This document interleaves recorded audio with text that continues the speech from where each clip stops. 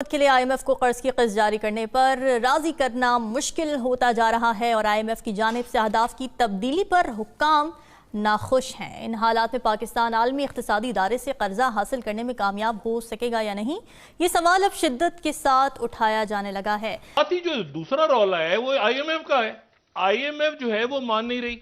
Reason के अंदर events ऐसे हैं कि वो G20 का इजलास शुरू हो गया, जो जहां पर G20 ममालिक सारे हैं, सेक्रेटरी ब्लिंकन भी हैं, और आईएमएफ ने ऐसी शराइत जो आज सारे अखबारों में लिखी हैं वो 1998 के बाद, यानी उसके बाद से लेके ऐसी शराइत आईएमएफ ने कभी नहीं। हम लोग कहते हैं आईएमएफ को, जैसे लिखा हुआ है आज, तुम गोल्ड पोस्ट को हटा रहे हो, हर वक्त कुछ और डाल रहे हो, हर वक्त कुछ तुम कहते हो इंक्रीज द रेट्स। अब बात असल ये है, वो कहते हैं उनको फिक्र है हमारे मिसाइल्स के ऊपर। हसन निसार कन्विंस्ड कि इमरान खान साहब को एक मौका और मिलना चाहिए। He would prove himself right. मेरा ईमान है इस मुल्क के साथ बहुत बड़ा धोखा, जुल्म और ज्यादती होगी, और अगर वो नहीं करता सुभान अल्लाह, तब भी आपकी लॉटरी है। अगर मुल्क टेक ऑफ कर जाता है तब भी आपकी लॉटरी है। दोस्तों नमस्कार, जय हिंद। आप सबका स्वागत है 9 इंडिया में और मैं हूं गौरव। तो दोस्तों पाकिस्तान के अंदर से एक दो नई खबरें सामने निकल कर आ रही हैं जो कि इस वीडियो के अंदर में नहीं है, तो आपको बता दूं वो ये कि सुप्रीम कोर्ट ऑफ पाकिस्तान ने अब ये कह दिया है कि 90 दिनों के अंदर में पाकिस्तान के अंदर में KPK और पंजाब में इलेक्शन करवा दिया जाए। अब इमरान खान जो काफ़ी समय से KPK और पंजाब के असम्बली को डिसॉल्व करके इलेक्शन चिल्ला रहा था, उसके लिए एक बड़ी खुशखबरी है और इसी खुशी में उसने जेल भरो तहरीक, जो कि जेल भरने वाला एक अभियान चल रहा था, उसको ख़त्म कर दिया है। हालांकि भर भी नहीं पाया। लेकिन अब मज़ेदार बात दोस्तों यहाँ पे ये है कि एक तरफ IMF जो कि पाकिस्तान में आया, एक हफ्ते तक रहा, गर्मा गर्म चाय पकौड़े खाया और वहाँ जाने के बाद अब कह रहा है कि जी पैसे तो अब हमारे पास नहीं है आपको देने के लिए। तो आइए पहले देखते हैं कि पाकिस्तानी मीडिया में इस वक्त माहौल कैसा है। आईएमएफ कह रही है आपसे बार बार कि हमें आप बताएं। चाइना ने तो कुछ थोड़ा बहुत आपको बिल, और वो कह रहे हैं कि हमें आप फ्रेंडली कंट्रीज़ यानी सऊदी अरेबिया और UAE की तरफ से आप बताएं कि उनकी तरफ से आप 5 अरब भी नहीं, अब 7 अरब चाहिए उनको जून तक, यानी इतना आप हमें लिख के दें पैसे। अभी तक उनसे कोई मुआहदा नहीं हो रहा। यानी डॉलर महंगा हो गया नहीं, डॉलर तो इसलिए महंगा हो गया कि वो कह रहे हैं कि ये आपने अभी भी इसमें आप गड़बड़ कर रहे हैं। आज 8 रुपये, 7 रुपये, 8 रुपये आज हुआ है, दिन में 8 रुपये हो गया था, वापस 7। वो कह रहे हैं कि इसको अभी भी गड़बड़ कर रहे हैं आप, अभी भी वो मुतमईन नहीं है किसी भी बात से। और वो ये कह रहे हैं कि आप इसके एक्सचेंज रेट को ऊपर नीचे करें, आप ये बताएं हमें कि ये टैक्सेस और कैसे लगेंगे, ये कैसे लगेगा। वो देखिए, ये बार बार IMF चाहे वह अहदाफ तब्दील कर रही है, और आप हैरान होंगे कि उनकी जो एक सबसे अहम तरीन बात है, MEFP जो है उनकी जो है, उन्होंने 3-4 मुख्तलिफ किस्म के अहदाफ जो हैं वो उन्होंने पाकिस्तान को दिए हैं। अच्छा। और वो अहदाफ मुझे लगता है कि बहुत, एक तो ये है कि उन्होंने कहा है कि 3.82 रुपये जो हैं ये उसके बिजली के वो टैरिफ जो है उसको बढ़ाया जाए। अच्छा। और पाकिस्तान की गवर्नमेंट कहती है कि ये 4 महीने के लिए बढ़ाए जाएं, जबकि वो कहते ये हैं कि नहीं, इसको मुस्तकिल कर दिया जाए। अब ये उनका वैसे अजीब सी बात लगती है कि 3 महीने के बाद गवर्नमेंट बदल जाएगी, वो नहीं चाहे तो क्या होगा। तो एक एग्रीमेंट में फंसाना चाहते हैं ताकि इमरान खान की गवर्नमेंट भी आए तब भी वो हो जाए। हाँ। दूसरा उन्होंने ये कहा है कि जो इंटरेस्ट रेट है, ठीक है, उसमें इजाफा किया जाए और वो पक्के उसके अंदर। अब इंटरेस्ट रेट पे हमारे लोग भी उसमें बहुत इंटरेस्ट रखते हैं क्योंकि बैंक्स जो हैं उनके बड़े यार वाले लोग हैं। अच्छा। ये तीसरा उन्होंने ये कहा है कि जो आपकी इन्फ्लेशन है, हेडलाइन इन्फ्लेशन के मुताबिक इसको बढ़ाया जाए, ये उसको महंगाई के हिसाब से बनाना चाहते हैं। उसके बाद एक्सचेंज रेट जो है ये बड़ा है, ये इसको कहते हैं अफगान बॉर्डर के साथ इसको रिलेट किया जाए। अच्छा। जिस पर हम शोर से ये आज तक ये समझ रहे हैं कि इसकी क्या रीज़न है कि MEFP ने जो इनको रखा है अफगान बॉर्डर के साथ। और उसके साथ साथ उनकी यह है कि एक्सटर्नल फिनेंसिंग के बारे में हमें तहरीरी लिख के दें कि कतर आपको लिख के दे कि हम इतने पैसे देंगे, सऊदी अरब लिख के दे इतने पैसे देंगे, UAE लिख के दे।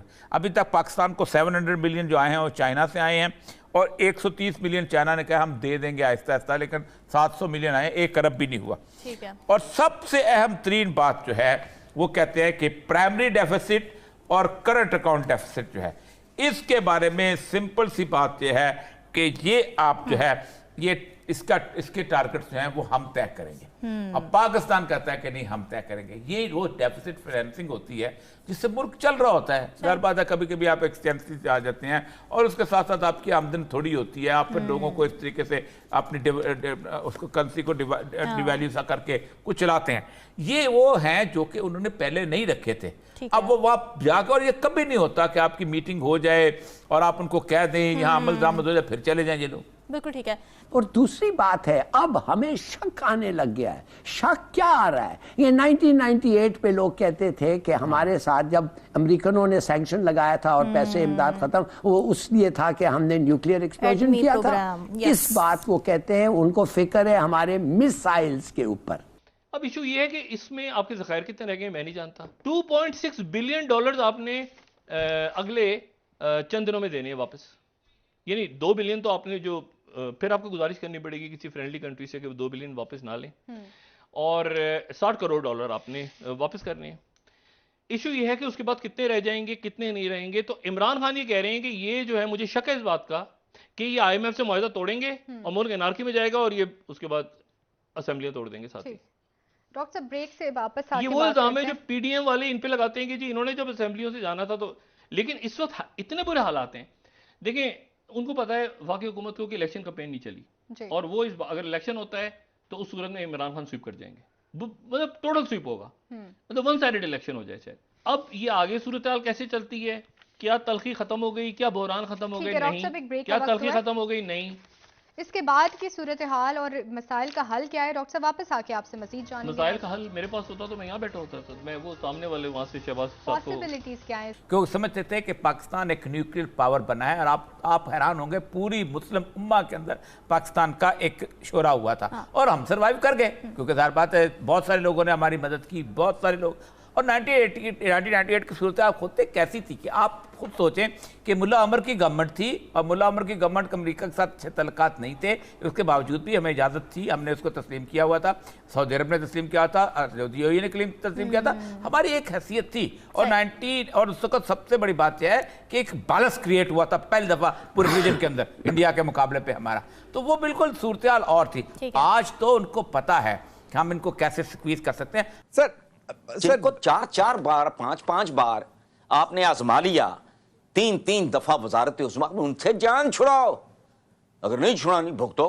कि इमरान अगर तो फ्लॉप हो जाता है फिर आपकी लॉटरी निकल आएगी, एंड इफ ही सक्सीड्स, जो किसी मौजे से कम है, मौजे से कम नहीं है सही, तो फिर इसका मतलब है कि मुल्क का मुकद्दर संवर गया।